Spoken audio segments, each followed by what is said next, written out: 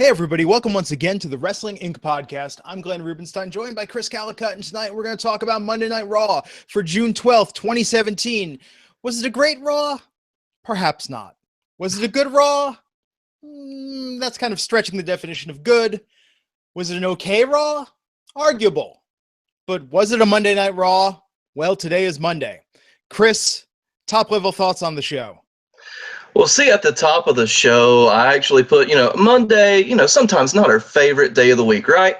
I said, Monday can officially start now. Raw's on. I was all hop to it, good to go after a good show last week. A great show last week. And we get met with whatever this was. It's like they knew Game 5 of the NBA Finals was on or something. And they figured, you know what, guys? Great Balls of Fire's a month away. Let's just sort of phone it in this week. We'll pick up these storylines and the things we need to do next week. It'll all be okay. They planned for one segment. It did its job. And the rest is history, essentially.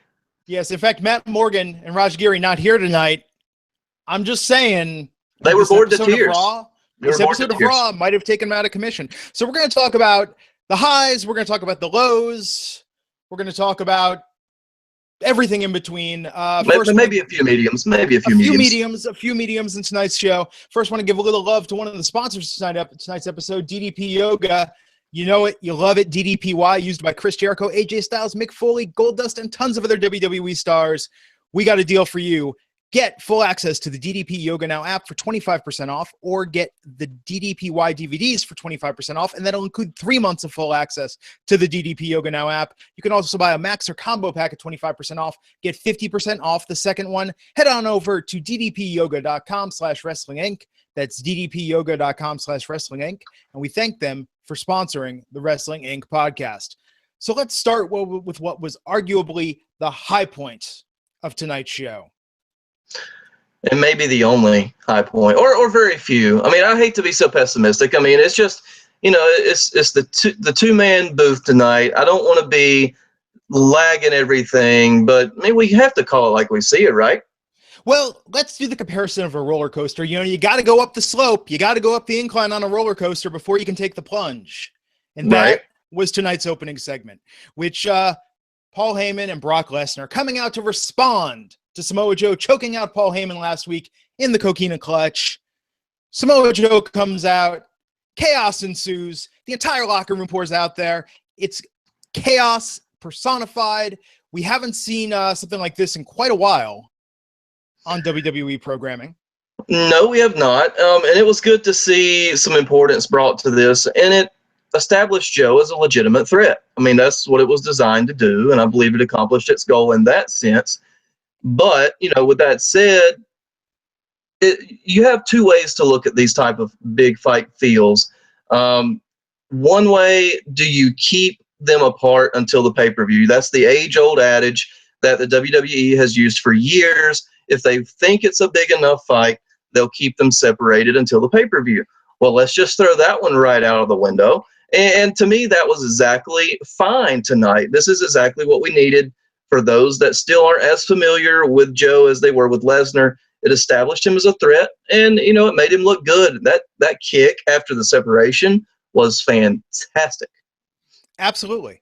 And if they don't think it's a big enough big fight feel, they just put them in various configurations of the same match every week leading up to the pay-per-view. So maybe we'll get something different here, and we won't see Joe and Brock together again between now and Great Balls of Fire. And the more I say it, the more I'm still not used to that's the actual name of the pay-per-view, the next Raw one coming up. You may not see Brock again until the pay-per-view, let's be honest. I think he's actually advertised for one Raw. I think the go-home show before Great Balls of Fire. Now tonight, Brock Lesnar, the crowd in Louisiana did come alive a little bit for Brock Lesnar. Yeah, I mean, let's put it this way. The two biggest pops that this crowd gave, and again, they're in a small market this week, and I even said on Twitter, I can't hate on small markets. I'm in the Greensboro, North Carolina market, old wrestling town, but not as much anymore. But the two biggest pops they had, Brock Lesnar, wait for it, Enzo and Cass. Yeah. I mean, that's an interesting combo.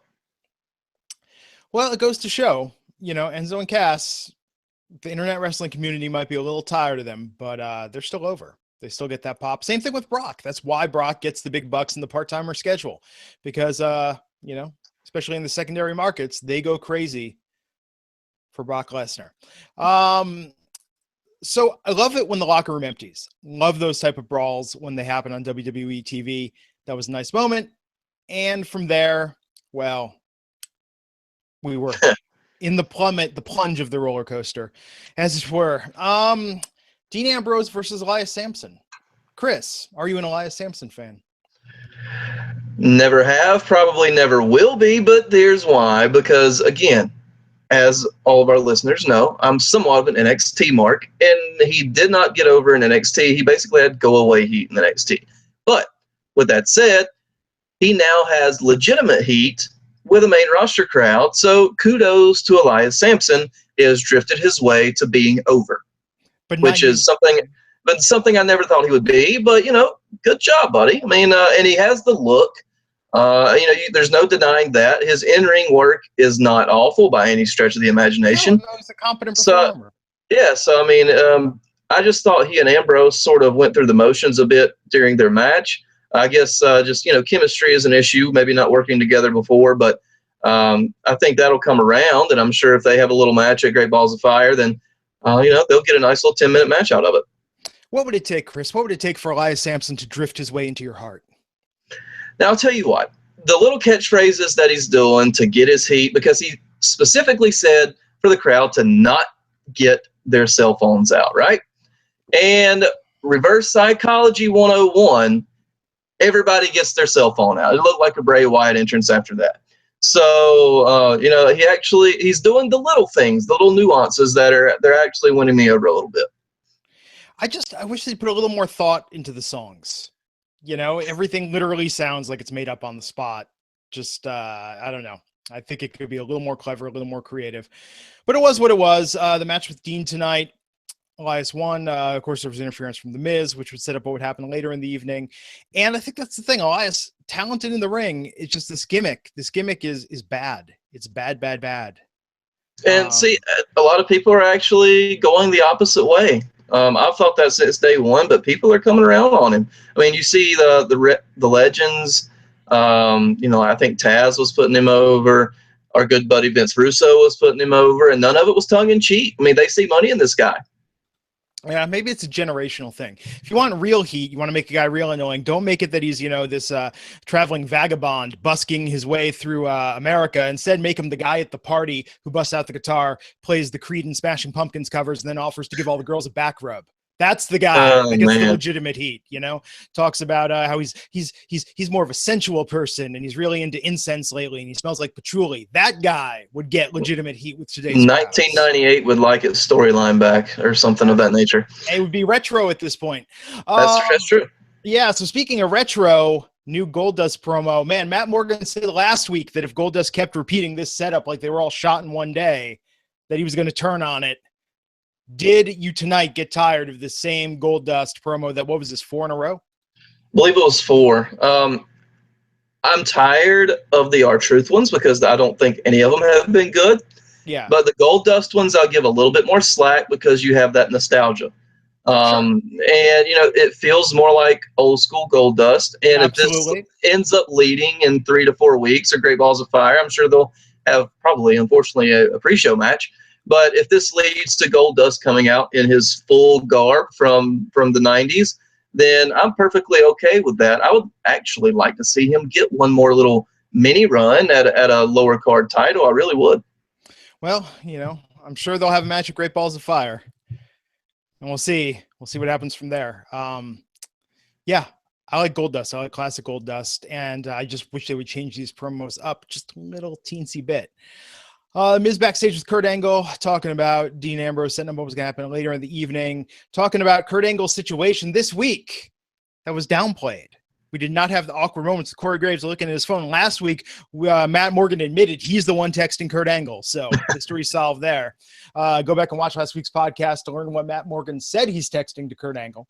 Absolutely. It looked similar to the next pay-per-view's logo. Yeah, before they changed it.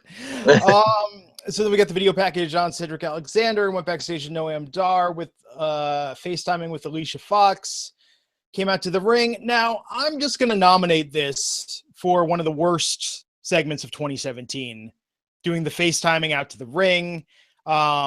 You couldn't hear it over the music. The crowd was dead silent, confused by what's going on. Alicia's yelling at him. This was just terrible from all angles. They found a way to use Tyler Breeze's selfie stick, reverse selfie stick capabilities to put Alicia on the Tron somehow. And the crowd was, again, like you said, confused, dazed. I guess we could definitely say dazed and confused. But even before, the match started, Dar is just not my favorite character in the whole wide world. Never has been. But I do like Alicia Fox. She's been okay in that, and she's been okay in this role. I mean, she plays the crazy role really well, and she's demonstrated that on multiple occasions. And she's one of the best athletes in the ring. I just wish she would actually get more ring time rather than almost being like an abusive girlfriend in a way. In fact, didn't Meltzer call her Northern Light suplex the definitive Northern Light suplex by which all it is definitely exactly. I mean, it is definitely one of, if not the best one, and the bridge that goes into it is fantastic. Yeah, it's amazing. I think she's very charismatic. I think she has a great look. I think she's fantastic in the ring and out of it. And I don't know why they gave her such a terrible segment tonight. This did her no favors. Noam Dar was, It was 5-second victory for Cedric Alexander after he laid the phone down, which that's what it should have been. That gets Cedric over a little bit. He's a fellow North Carolinian, so I have to pull for him a little bit, and he's fantastic in the ring. I got to see him work live at a PWX event a long time ago, and before he made it, to the big time, obviously. But he's fantastic in the ring. He really is. And real quick before we move forward, I just want to go back to the whole Miz Angle thing. Oh, yes. And do you think the Miz Angle thing or the Miz Angle? The Miz Angle. There we go. Gotcha. Do you think Miz has any inside information about this little deal? Because he acted a little squirrely, and Angle looked a little worried that Miz may know something. Oh, this is going to be such a disappointing payoff, whatever it is. So we speculated before maybe something with Stephanie, maybe bringing back that triangle with her and Triple H. But this is going to be Hornswoggle underneath the ring with a laptop all over again. God, I hope not. This has been so well done, and I don't believe they got Graves involved tonight. Again, like you said, it was downplayed just a bit, but it's been so well done so far. I would hate to see it fall flat in the end. I mean, I just hope we don't get a hand of some sort, or a gobbledygooker. As long as we don't get that, I'll be okay with it. As long as it makes a little bit of logical sense. Just a little. That's all we ask for. WWE storylines are known for tight plotting. Definitely. It's like when it comes to television, it goes Better Call Saul, The Americans, and WWE programming in terms of course. Tight plotting. Absolutely. Yeah, one of the best on TV. So we're going to resume talking about this interesting episode of Monday Night Raw in a second, but want to thank the second sponsor of this episode, which is Dollar Shave Club. Tomorrow, as you can tell from looking at me, I am long overdue for a haircut.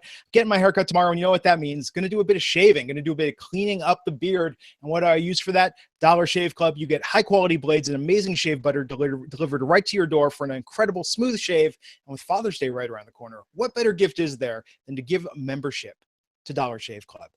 Dollar Shave Club is awesome. It's the smarter choice. You get a great shave at a great price, conveniently delivered right to your door. It's an awesome life hack and a no-brainer. You don't have to go to the store. You don't have to get those razors from behind the counter with the security device on it. They're treating you like you're some kind of felon just to buy razors, just to get a clean shave, paying way too much at the store. No.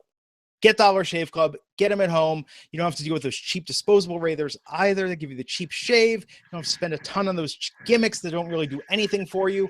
I use my Dollar Shave Club Executive Razor and their Dr. Carver's Shave Butter, and it's great because the blade gently glides. It gives me a smooth shave, and I love the shave butter. You've heard Raj and I talk about it. You can see what you're shaving. So especially if you have to even out some areas, if you have to even out around your sideburns, you can see exactly what you're shaving, and you're not going to take off too much and then end up just, having to shave the entire head to make it all match.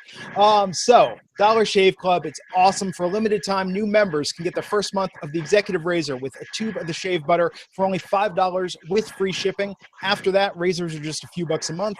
That's a $15 value for only $5. And in your first month's box, you get an awesome weighted handle, full cassette of 4 cartridges, and a tube of that shave butter. After your first month, replacement cartridges ship automatically at the regular price. No hidden fees, no commitments, and cancel anytime you like. But you can only get this offer exclusively at dollarshaveclub.com/INC. That's dollarshaveclub.com/INC. And we thank them for sponsoring the podcast. So I'll tell you what, Glenn. Yeah, I used to use some of that foamy stuff. You see these nice sharp lines here for our video viewers instead of our audio viewers. That can only be done by one thing. That's Dollar Shave Club. Yeah, I tell you, you know how many times I would end up shaving up the entire beard, just shaving it all off because I'm trying to even it out. Once you mess up, exactly. Once you mess up once, it's all done. You might as well shave it all off. It's like that old episode, This Is Dating Me, that old episode of I Love Lucy where she's trying to even out the sides of the Christmas tree and ends up just whittling it down to a shrub. Right. That's what my facial hair was like before Dollar Shave Club. Love that shave butter. Highly recommend it. dollarshaveclub.com/INC. And remember, when you support the sponsors of this podcast, you're supporting us. So let's talk about this little face-off here, a promo off in the ring with Seth Rollins and Bray Wyatt. Bray Wyatt did his business, came out, said some spooky stuff on the Tron, came out in the ring. Seth came out, confronted him. Then what? Oh my God, flashes, Bray disappeared. What's going on? This is happening now. Bray and Seth in a program. What'd you think tonight? Did this whet your appetite for it? I mean, it's something to get us to SummerSlam because I think they're actually going to hold off on Balor and Wyatt. I think that would be a really good SummerSlam program. So I think this gets us to that point. Now, I think Bray is going to go with the whole I'm a God thing. Now, he's not really mentioned it as much before. I mean, he sort of mentioned it in passing, but it almost seems like mentioned in passing. But he actually sort of really focused in on it on this particular promo, and we saw that he now has the magic of teleportation. He always has. Actually, he has a magic of teleportation, like the way when you would take those videos as a kid with a video camera and record it and stop recording, jump out of the frame, turn it back on, and it's there. It's one step removed from that. This is like, hey, buddy, hit the lights, and I'm going to duck out of here quickly, Now, with that said, too, did you notice that Mr. Viper, Randy Orton, was still in the Wyatt little cutout there? I did not notice that. That's sloppy production on the WWE's part. Yes, a lot of our viewers caught that, so good eye, guys, on your part there. But I think the match will be fine. They're two very capable workers. I don't know how they're going to get 4 or 5 weeks of television out of it based on these two guys' promos, but it's a great placeholder, like I said, I think, to get to Wyatt and Balor. Especially, I mean, Seth, I feel like the best Seth was recently was when he came back from his injury, the whole carrying the company on my back. They gave him a really good angle. I think that with this tonight, it's like, oh, what? I offended you because I called you a name. It's just kind of, I don't know. They make mountains out of molehills in these feuds, and we'll see. We'll see if they're able to develop this into a more compelling story. Speaking of compelling stories, Kalisto versus Apollo Crews. Apollo representing the Titus brand. We got to get the Titus brand to sponsor this podcast, by the way. Absolutely. They're expanding international. Corey Graves, God bless him. Corey Graves will put over the worst gimmick and just commit to 100%. I love how every week Corey Graves is so committed to the Titus brand, like it was his idea for this angle. Well, here's the thing. I think it's probably in the top 3 storylines, believe it or not, on Raw right now. Okay. Because there's some actual continuity. They're putting new characters like Akira Tozawa. Akira Tozawa ringside, looking sharp in a suit, I might add. Or Tawaza, as O'Neil calls him. Oh, sorry. Yeah. But, that Cruz and Tozawa are really good friends in real life. So if this gives them something to do together, Cruz as a cocky heel that thinks he's really, really good, and Titus supporting that fact, I actually like this pairing. And the interaction with Tozawa, I think, is a nice little wrinkle because it gives a little push to the 205 Live brand as well. Oh, I like how they integrated them tonight, actually. I thought that they did a better job of that by and large. That being said, please, can we not see Kalisto versus Apollo Crews in any configuration anymore, ever again? It's just, Now, is Sin Cara still on the Raw brand, or is he with SmackDown? he's with SmackDown, but you know what? Let's Okay. take him out of the running too. I don't want to see Apollo Crews versus anyone in a luchador mask unless they bring goddamn Rey Mysterio back at this point. Because easy killer, easy. No, I'm just saying, because it's the same thing. They keep trading wins and it means absolutely nothing. It's a good match. They know how to do it, but come on. This is like the same stuff that we talked about with these other guys that brought over from SmackDown. You bring over two unique performers from SmackDown to Raw, and what do? Have them face off against the same guy they were in an angle with on SmackDown. It just doesn't make sense. The only thing I want out of this angle at this point is to bring the press conferences back with Titus O'Neil with the one reporter in the room. That's all I want. The one that he had with Tom Phillips, and he wouldn't even let Tom Phillips ask a question, was that had me in stitches for a couple of minutes. That was good. Speaking of funny segments, backstage, the Miz Maurice with Rhino and Heath Slater doing some nice interplay there, talking, setting up a tag team match for later in the evening. This is one of the best segments, the best segment Rhino and Slater have had since they've joined Raw. Yeah, it's definitely the most prominent they've had, I think. And they teased a little breakup there, and Slater eyeing the Intercontinental title, which I thought was good. And he had a good story behind that. He actually had some motive to possibly side with the Miz, but all in all, he ended up going back with Rhino. Could that lead to a split later on? And he ended up going on a little singles run, possibly. Wouldn't mind that one bit. Wouldn't mind that one bit at all. So it gave them something to do. I was glad to see it.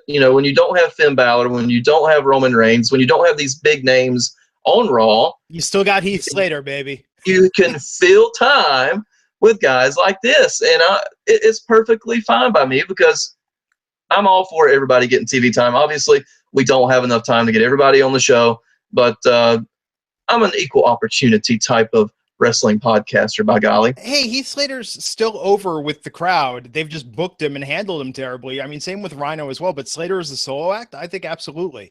And do you need a snack, by the way? I've got some crackers and cheese whiz in the moment. Okay. Like Rhino must love his position that it's like he just doesn't have to care. He can just go. He literally gets a paycheck to go out there, eat cheese whiz, and Ritz, and it's not like Finn Balor. Remember with the thing with the donut a couple weeks ago? How much of it want to bet Finn had to spit that out immediately off camera? Oh, I'm sure. God forbid he gets more than 100 grams of carbs in a day. So Rhino, by contrast, must be loving life in catering. No one has that expectation from him. I don't think Rhino's abs have been seen since 1990. But love Rhino and Slater. Love that they gave him something to do in the show, and we'll talk about that match in a little bit. But let's talk about Alexa Bliss coming out, Nia Jax coming out, Mickey, Dana, and Emma and Sasha. This was crazy. It did not devolve how everyone thought it was going to go. Not immediately. No, they've been watching tapes of SmackDown, apparently. They're like, oh, let's put them all out there and see what happens. But I didn't hate this. I didn't. I didn't hate it. Alexa played the chicken crap heel very, very well when she was doing that little interplay with Nia. You can tell that they're really good friends in real life too, because they play off each other really well with a script or not. Now, Mickie James calling Alexa a dwarf when she's about a solid an inch and a half taller than Alexa was a little condescending to me. But other than that, I thought the talking segment was fine. And Sasha was like, oh, yeah, there's a title now. I don't have to tag with Rich Swann. Let me go back after that shiny thing that I should be going after anyway. Mm-hmm. So, it was nice to see her back in the mix. Emma came back to almost zero pop at all, but she proved herself well and had a couple of good little talking lines, even though I didn't like the end of the result of the match. Yeah, so, the Faces won. And Mickie James, Dana Brooke, Sasha defeated the other three in a match. Alexa shutting down those what chants has become masterful. She should be teaching a class to all the other superstars about how you turn that around and incorporate that into your promo. What is practically her catchphrase now at this point? Yep. But again, for Emma, when you bring her back to not a lot of fanfare and then you make her tap pretty immediately on the first night after the announcers put her over for like 5 straight minutes, which I was like, cool, they're going to do a little push to Emma. Oh, never mind. They only did that to get the bank statement over. But, you know, to each They're their just own. going to keep teasing it. They're just going to take Emma off TV for a month at a time, then bring her back. Like, oh my God, Emma's back. Emma will have 10 returns this year at the pace that they're going with it, you know? For sure, for sure. Maybe she'll alternate and come back as Emelina every other time just to keep us on our toes. Video package on Finn Balor. It's good. I feel like the ones they showed tonight, were these the same ones they showed in advance of Extreme Rules? They felt very similar. Individual the Balor one, possibly. The Roman Reigns ones were new, I believe, and they showed that one twice. Yeah. And just to talk about those for a quick sec, I really like the Roman Reigns one. If he's not going to be there, he still has his presence felt. It was a different style music. I almost wish he would get rid of the Shield theme, and I thought that would actually fit him pretty well. A lot of people, it was kind of a polarizing response to when I said that on Twitter tonight, but a little change up would never hurt him, especially if he's not going to be, really active until close to SummerSlam season. Yeah. So next week he's coming to Raw to announce his intentions for SummerSlam. Let's hope they're honorable. We'll see what it is. What's your prediction? What he's going to announce? I mean, he can't go with Brock. I don't think they're going to save that to Mania. I think Brock and Strowman are at SummerSlam, and I just don't know where exactly that leaves him at this point. I'm kind of befuddled, and since Finn Balor is the other person they were giving vignettes to, I don't know if they go back that direction, and they sort of paired him up that way. Here's what's not going to happen next week. Roman's not going to come out to do this and then reveal that he's been the one texting Kurt and he's got dirt on him and he's blackmailing him. That would be awesome as the sort of Roman heel turn, but I'm willing to bet money that is not going to happen next Monday. Instead, it'll be, yes, like you said, his intentions with Finn, or maybe the Bear, because the Bear's pretty over what we saw. The Bear's over. Yeah. Roman versus the Bear, not the main event, but I could see that as a healthy, like sort of secondary main event. Maybe they put a cool down match in between it. That could be pretty over at SummerSlam. Absolutely. So Corey Graves sat down with Bayley. They had a little interview tonight. I really, really, really want something better than this for Bayley. Her NXT run was incredible. The story that they told there, the way they built the character, the way it sort of came to be in a way that felt very organic and not forced. The victory was earned. Her reign at the top had a very nice arc. Then she came to Monday Night Raw, and it all went to hell. Here's the problem. People get these really good stories in NXT. Exhibit A, Bayley. Exhibit B, American Alpha. Mm-hmm. I thought American Alpha's road to being a tag team was really fun. Just the way they interacted with each other, and then they gelled in the ring. And then, you had Bayley getting over and pretty much interacting with the crowd. She had her own mascot in the front row every week with, I can't remember the little girl's name, but Izzy, that's the one. But whenever these things get over in NXT, there's nothing left to do with that story once they get caught up. No. And if they try to reiterate and redo it, then the quote unquote smart marks are like, oh guys, you did this 6 months ago in NXT, and then they call poo-poo on it. But then the casuals dig it up. But it's like Vince Russo talked on the Wednesday podcast last week. Who is WWE trying to cater to? And with the Bayley character, I honestly did not think there was a way to mess it up. But tonight I thought was darn near the death sentence. Well, because you can't have an underdog story. You really only get one shot at that. I mean, to give you an example, The Karate Kid Part 1, fantastic film, all-time classic. Karate Kid 2, okay, you're stretching a bit. Karate Kid 3, kind of like, really? This is the best you could come up with? Karate Kid 1 made $90 million at the box office. Nice. In 1984, Karate Kid 3 made $38 million at the box office. In 1989, people don't want to see an underdog story just repeat itself in a lesser variation. And that's with Bayley, exactly what they've done. Right, and they've tried to do the Daniel Bryan push with her, especially leading up, I think, to next year's WrestleMania in New Orleans again. I wonder if they're trying to get to that point where she has her crowning moment again. I thought it was a mistake that she won the title before WrestleMania. If they wanted her to get fully over, they should have kept her chasing all the way up until Mania, and that should have been her moment. And they were doing that with Stephanie McMahon. They literally were setting it up again. Just okay, you said, you know what? We're just going to remake the NXT storyline. We're just going to do the exact same thing. But then they pulled the trigger way too fast, and they didn't develop it well enough. They had her being BFFs with Sasha, you know, who was her greatest rival in NXT, and they didn't really build. I mean, with Charlotte, that was did not have that feel. It didn't work. Charlotte was not as good of a foe. No, and you know, I think she almost ran out of people to work with that were either quality or that they didn't already do in NXT.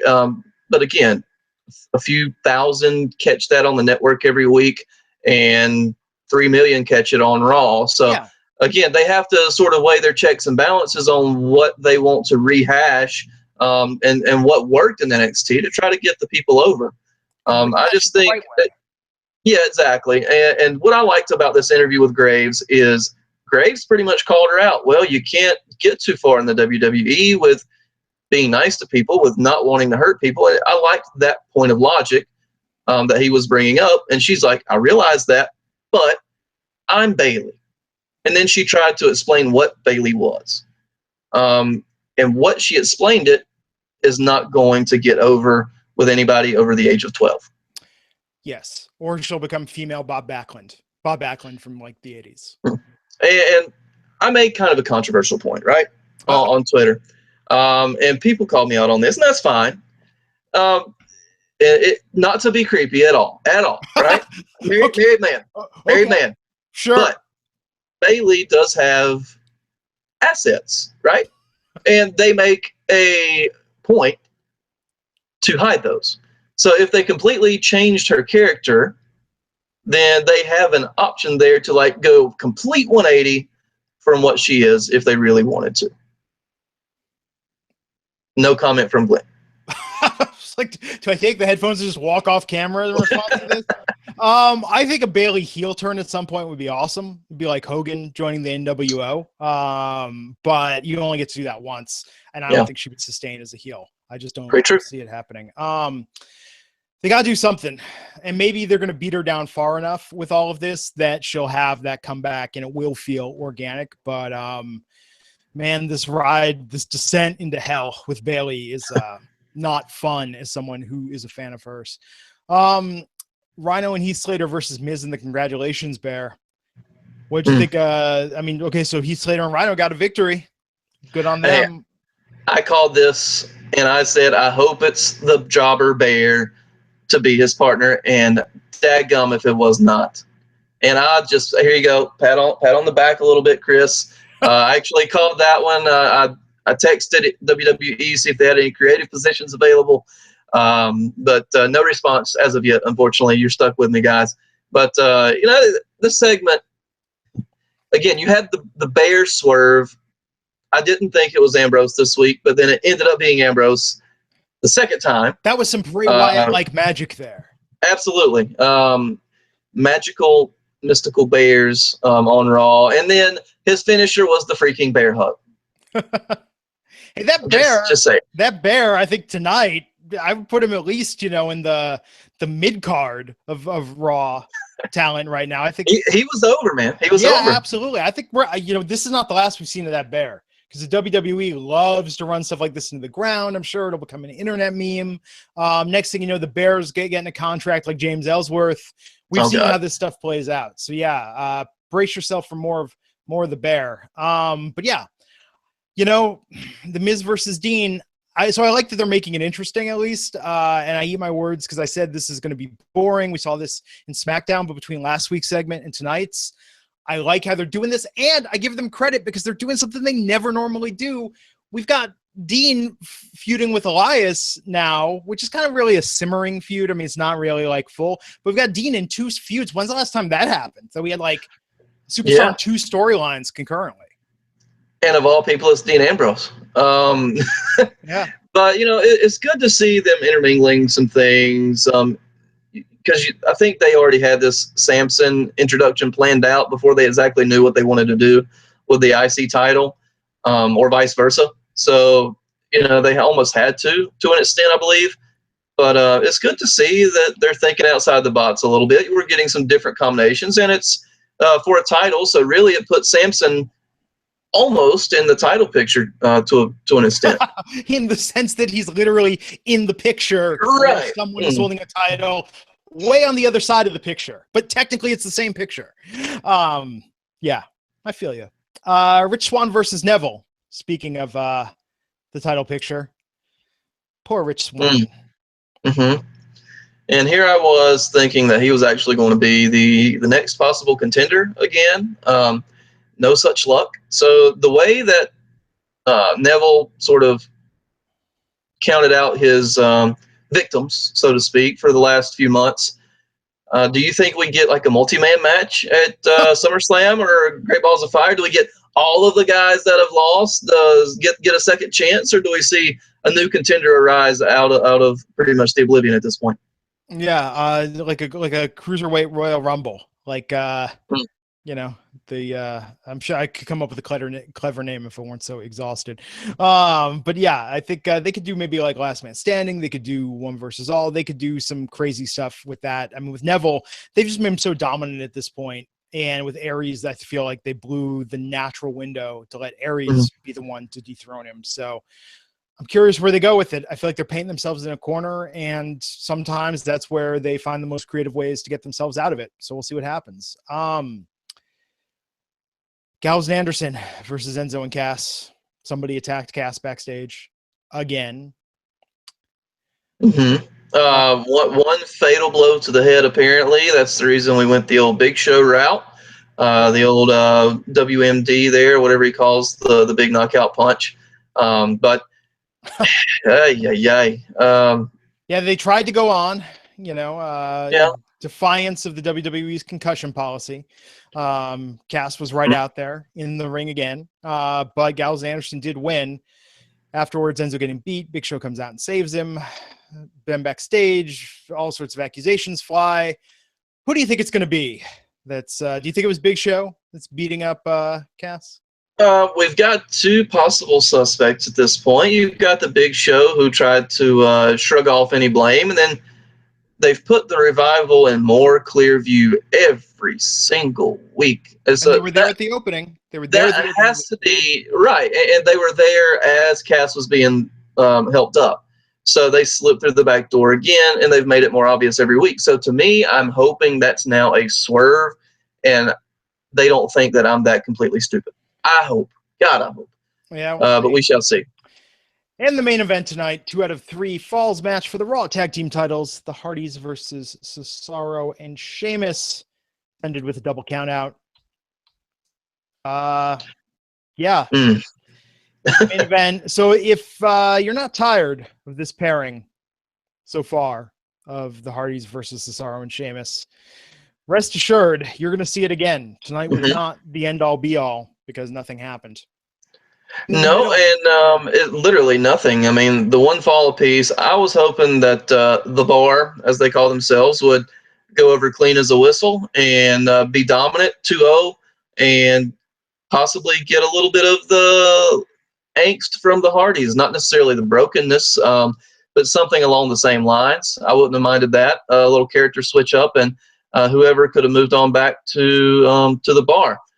But we had so many tag matches on tonight's show that they literally could have held some sort of tournament for a number one contendership, something. It's like every match but 2 was some sort of tag configuration. Crazy. And in the middle of this, we got a product integration commercial for Pizza Hut with Noam Dar and Gallows and Anderson.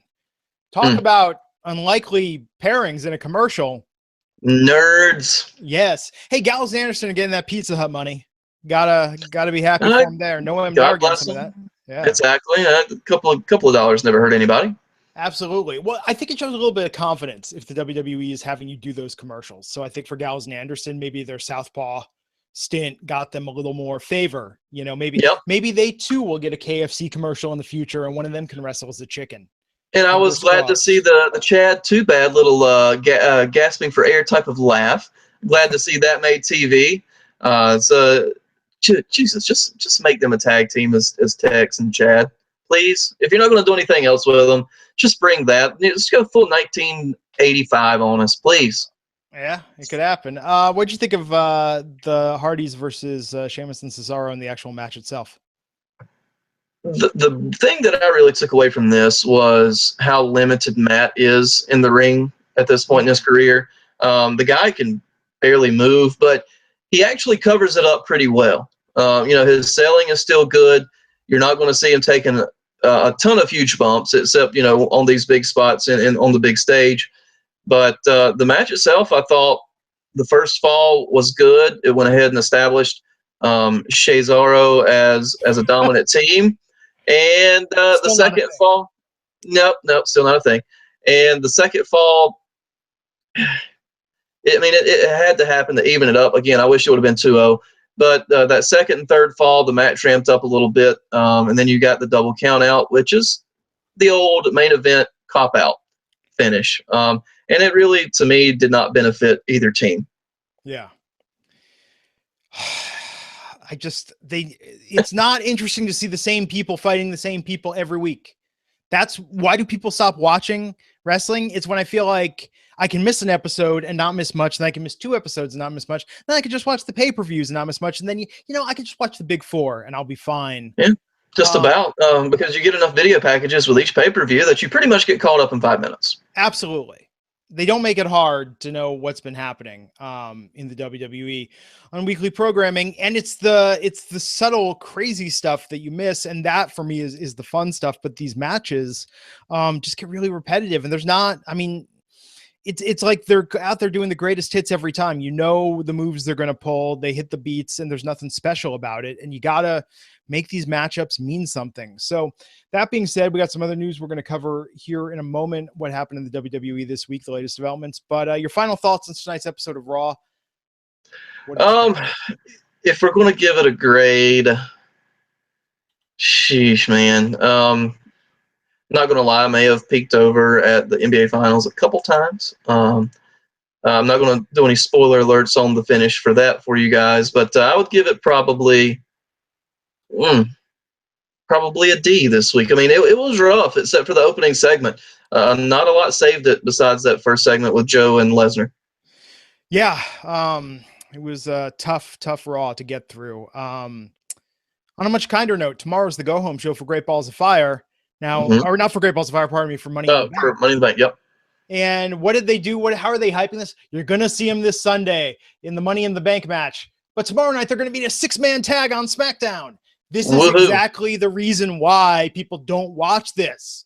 You're giving the exact same thing 8 different ways. It's like if I tell you, Chris, you know what we're having for dinner? We're having zucchini. And you're like, man, zucchini, I guess that's okay. How are we having it? I'm like, well, we're having some of it stir-fried. We're having some of it grilled. And then we're going to change things up and we're going to have some of it steamed. And the next thing, what are we having? Hey, you're going to have zucchini again. Oh, we just had that last night. But tonight you're going to have it raw. And maybe some of it will just have lightly blanched. I see what you did there. It's still raw. Zucchini. It's still zucchini. You can only dress it up so many different ways. It's Very the 6 guys, and there's going to be nothing special about seeing them on Sunday if I've just seen them run into the ground, especially a 6-man tag match. That's basically saying we're going to do roughly the same thing as the ladder match, just in a slightly more controlled fashion. It's still going to be, 6 guys in the ring going at it. I just can't believe it's like, oh, look, guys, here's everybody here. Let's go ahead and hype this. And we're probably going to see the same thing in 5 days. Yeah. So what's the point? So I hope they have something planned. I hope they put maybe an unexpected twist on a possible contender of some sorts. Maybe, like a Sami Zayn comes out if he doesn't get attacked by Baron Corbin with some sort of a victory sometime tomorrow. But we'll be back on Wednesday to talk about that as well. Wednesday, 12 noon Eastern. Don't miss it. Other big news. The biggest news is John Cena is coming back, billed tonight as free agent John Cena, meaning that much like Blade was a daywalker who was a vampire that could exist both in the day and the night, John Cena will be able to appear on both SmackDown and Monday Night Raw? You know, just like yourself, you're available to be on the Raw podcast and the SmackDown podcast and the pay-per-view podcast. So essentially, you're the John Cena of Wrestling Inc. podcast. You know, I get that a lot. So not many people get that privilege. Understandably, John Cena does. He's been there for how many years now? Has been the flag bearer for several years. So he gets to go after any title he wants to, and he gets to be paired up with anybody that Vince McMahon wants to pair him up with. Will that end up helping the business or hurting the business? We've yet to find out, but it's good to see that he can be anywhere at any time. I don't think it hurts it necessarily, because it might actually get a couple of guys accidentally over in the process. No, and they're doing this, I mean, entirely because of ratings. You know, when John Cena came back last year, SmackDown pulled out of its ratings tailspin, and they need the help right now with having John Cena available on both brands to try and just knock these ratings up a couple pegs. So we'll see what it actually looks like. We'll see who he feuds with, but John Cena's back July 4th. Yep.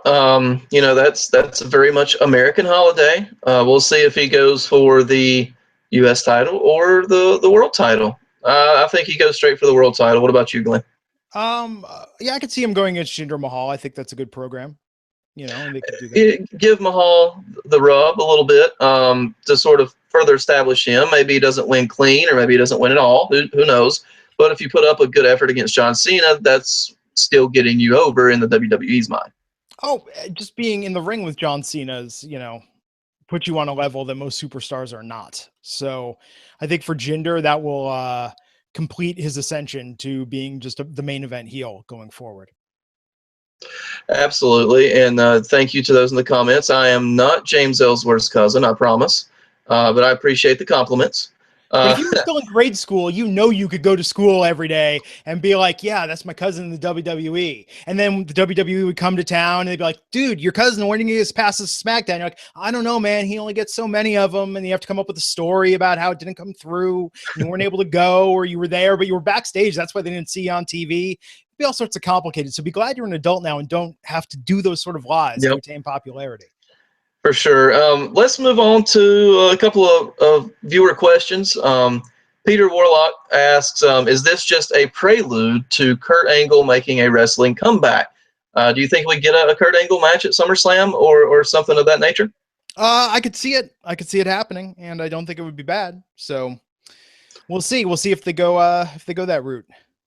And to me, if he gets back in the ring, it almost feels like it should be against Triple H, if that is indeed somewhat of a Stephanie storyline built in. I think that would put butts in some seats and a little bit of nostalgia for a lot of folks, and I think the match could be really good. Absolutely. Let's see, what else do we have here, guys? Lots of odd WrestleMania questions. We're not quite that far over, guys, but El Vagabundo was over. Yes, he was. I wish he was actually still like El Vagabundo and not Elias Sampson. I thought that was actually a lot more clever. Totally. Let's see. Where is Raj? Raj is out of town this week. He'll be back soon. And Matt will hopefully be back with us for the pay-per-view this Sunday as well. Yeah. What else do you have, Glenn? I think that's about it, man. So I'm a little extra squirrely today. Long day, a lot of caffeine to be awake. I'm realizing it now, and I'm like, man, what a difference it makes just to be highly, highly caffeinated when doing one of these. But that's good. Now, hopefully I'm going to be able to go to sleep right after we get done so I can wake up tomorrow and do it again. But yeah, man, you know, let's see if SmackDown tomorrow overperforms. People are asking about the Bray issue. You know, wrestlers' personal lives, we really don't cover that here on the podcast unless it drastically affects the company. And yeah, you can find the story on Wrestling Inc., but I don't think there's really anything to say about it. No, not really. I mean, what they do on their time and their personal lives need to stay there. Obviously, we have some articles on the website if you guys want to check those out with some of the information involved in that, but it's not really at liberty for us to say, in my opinion. And guys, don't forget, on my lovely little gimmick board here behind me, visit at DDPY for DDP Yoga and at Dollar Shave Club. And again, thanks to those guys for sponsoring the show. Awesome. So, Chris, where can people find you online? You can find me at knockdown_radio on Twitter. And as always, hang out with me on Raw, SmackDown, and pay-per-views at the Wrestling Inc. Twitter. And hang out with me for the NXT live viewing parties on Wednesdays at 8 p.m. Eastern as well. Awesome. So until next time, folks, I'm Glenn Rubenstein. You can find me on Twitter under that name. On behalf of myself and Mr. Chris Callicutt, we thank you for joining us on the Wrestling Inc. podcast. See you back here Wednesday at noon to talk about SmackDown. And until then, take care, folks.